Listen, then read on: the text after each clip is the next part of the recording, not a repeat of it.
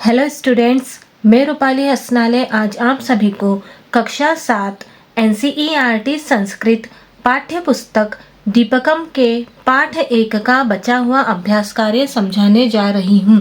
मैंने पिछले वीडियो में पहले प्रश्न से 5वें प्रश्न तक समझा दिया था। अब छठा प्रश्न देखिए। छठे प्रश्न में हमें दिया गया है अधः प्रदत्तानां शब्दानां उदाहरणानुसारं विभक्तिं वचनम च लिखन्तु। इसका मतलब होता है नीचे दिए गए शब्दों के उदाहरण के अनुसार विभक्ति और वचन लिखो। हमें ये शब्द दिए गए हैं, इन शब्दों के हमें विभक्ति और वचन लिखना है। हमें एक उदाहरण दिया गया है। देखो यहाँ पर हमें क में भारत माता शब्द दिया गया है, ये प्रथमा विभक्ति है और एक वचन है। ख में हमें नद्यः शब्द दिया गया है, नद्यः का मतलब होता है नदियाँ, ये प्रथमा विभक्ति है और बहुवचन है। ग में ललाटे शब्द दिया गया है, ललाटे का मतलब होता है माथे पर, ये सप्तमी विभक्ति है और एक वचन है। घ में तीर्थ क्षेत्राणाम दिया गया है, तीर्थ क्षेत्राणाम का मतलब होता है तीर्थ स्थानों की, ये षष्ठी विभक्ति है और बहुवचन है। अंग में हमें देशस्य दिया गया है, देशस्य का मतलब होता है देश का, ये षष्ठी विभक्ति है और एक वचन है। च में बलिदानम दिया गया है, बलिदानम का मतलब होता है बलिदान को, ये द्वितीय विभक्ति है और एक वचन है। छ में कृषि वल बांधवाहा दिया गया है, इसका मतलब होता है किसान भाई, ये प्रथमा विभक्ति है और बहुवचन है। ज में हमें आसमान दिया गया है, इसका मतलब होता है हमको, ये द्वितीय विभक्ति है और बहुवचन है। झ में हमें क्षेत्रेषु शब्द दिया गया है, इसका मतलब होता है क्षेत्रों में, ये सप्तमी विभक्ति है और बहुवचन है। हमें छठे प्रश्न में इन शब्दों के विभक्ति और वचन बताने थे। ठीक, आया समझ में। अब सातवां प्रश्न देखिए। सातवें प्रश्न में हमें दिया गया है पाठे प्रयुक्तानि क्रियापदानि रिक्तस्थानेषु लिखन्तु। मतलब पाठ में प्रयुक्त क्रियापदों को रिक्त स्थानों में लिखो। हमारे पाठ में जो क्रियापद आए हुए हैं उनको हमें इन रिक्त स्थानों में लिखना है। ठीक है, देखो यहाँ पर शृणुमः क्रियापद हमें दिया गया था, इसका मतलब होता है सुनते हैं। जानीमः मतलब जानते हैं। अस्ति मतलब है। करोमि मतलब करता है। सूचयति मतलब सूचित करता है। विलसति मतलब सुशोभित होता है। आगच्छन्ति मतलब आते हैं। बोधयति मतलब बताता है। प्रेरयति मतलब प्रेरणा देता है या प्रेरित करता है। प्रवहन्ति मतलब बहती है। प्रयच्छति मतलब देता है। गायन्ति मतलब गाते हैं। विराजन्ते मतलब विराजमान है। शोभते मतलब शोभा देता है। प्रक्षाल्यति मतलब धोता है। कुर्मः मतलब करते हैं। ये क्रियापद हमारे पाठ में आए हुए हैं जिनको हमने इन रिक्त स्थानों में लिखा हुआ है। ठीक है, अब आठवां प्रश्न देखिए। आठवें प्रश्न में हमें दिया गया है अधः प्रदत्तानां क्रियापदानां त्रिषु पुरुषेषु त्रिषु वचनेषु च लट लकारस्य रूपाणि लिखन्तु। इसका मतलब होता है नीचे दिए गए क्रियापदों के तीनों पुरुषों में और तीनों वचनों में लट लकार के रूप लिखो।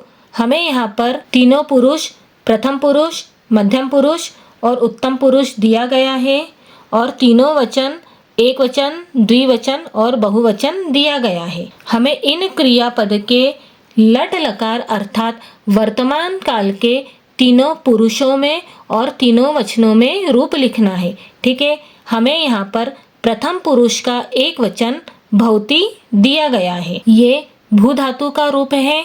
भू का मतलब होता है होना। हमें भू धातु के लट लकार में तीनों पुरुष और तीनों वचन में रूप लिखना है। ठीक है, हमें प्रथम पुरुष का एक वचन भवती दिया गया है, इसका द्विवचन होगा भवतः, तो हम यहाँ पर लिखेंगे भवतः। इसका बहुवचन होगा भवन्ति, तो हम लिखेंगे भवन्ति। मध्यम पुरुष का एक वचन होगा भवसि।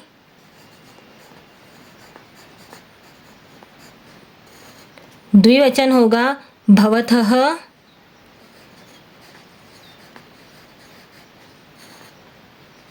और बहुवचन होगा भवत, तो हम यहाँ पर लिखेंगे भवत।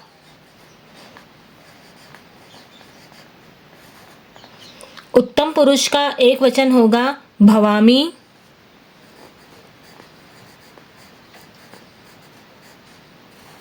द्विवचन होगा भवावह।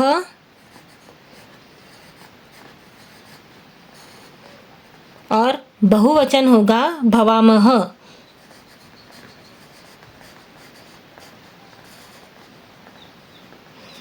भवति, भवतः, भवन्ति, भवसि, भवथः, भवत, भवामि, भवावह, भवामह। अब हमें यहाँ पर प्रथम पुरुष के एक वचन में अस्ति दिया गया है। ये अस धातु का रूप है। अस का मतलब होता है होना। हमें अस धातु के तीनों पुरुषों में और तीनों वचनों में रूप लिखना है। प्रथम पुरुष का एक वचन अस्ति, इसका द्विवचन होगा स्तः, तो हम यहाँ पर लिखेंगे स्तः। और बहुवचन होगा सन्ति। मध्यम पुरुष का एक वचन होगा असि।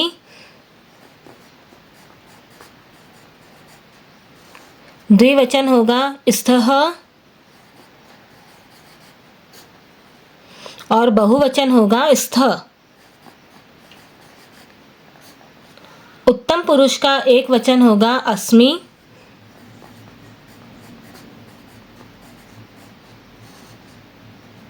द्विवचन होगा स्वः। और बहुवचन होगा स्मः।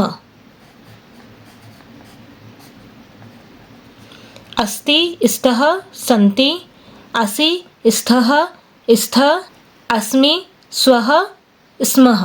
ठीक है, अब हमें उत्तम पुरुष का बहुवचन इच्छामः दिया गया है। ये इश धातु का रूप है।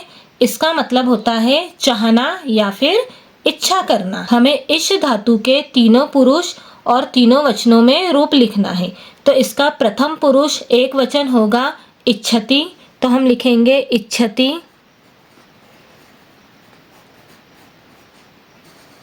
द्विवचन होगा इच्छतः।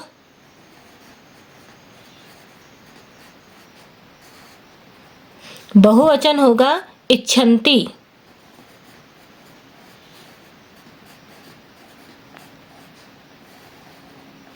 मध्यम पुरुष का एक वचन होगा इच्छसि।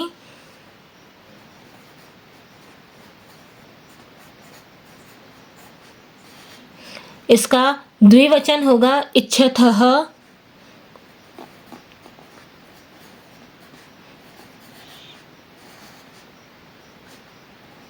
और बहुवचन होगा इच्छत।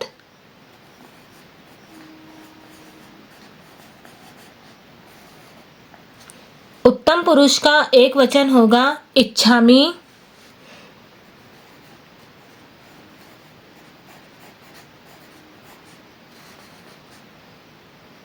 इसका द्विवचन होगा इच्छावह।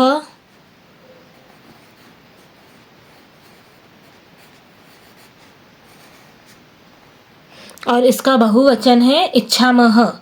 इच्छति, इच्छतः, इच्छन्ति, इच्छसि, इच्छतः, इच्छत, इच्छामि, इच्छावह, इच्छामह।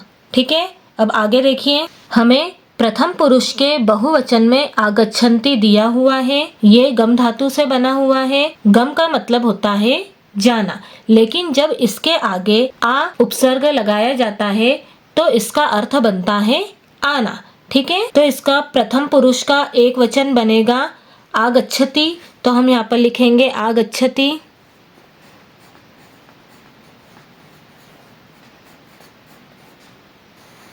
द्विवचन होगा आगच्छतः।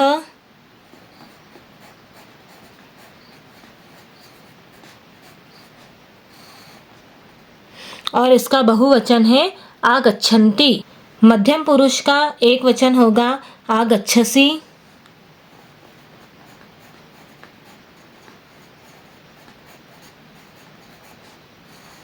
इसका द्विवचन होगा आगच्छतः।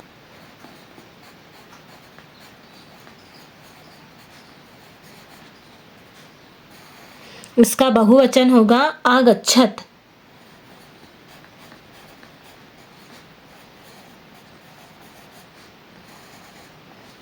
उत्तम पुरुष का एक वचन होगा आगच्छामि, तो हम लिखेंगे आगच्छामि।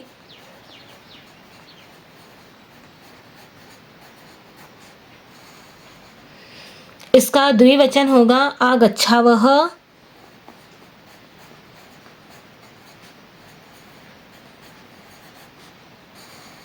और इसका बहुवचन होगा आगच्छामः, तो हम यहाँ पर लिखेंगे आगच्छामः।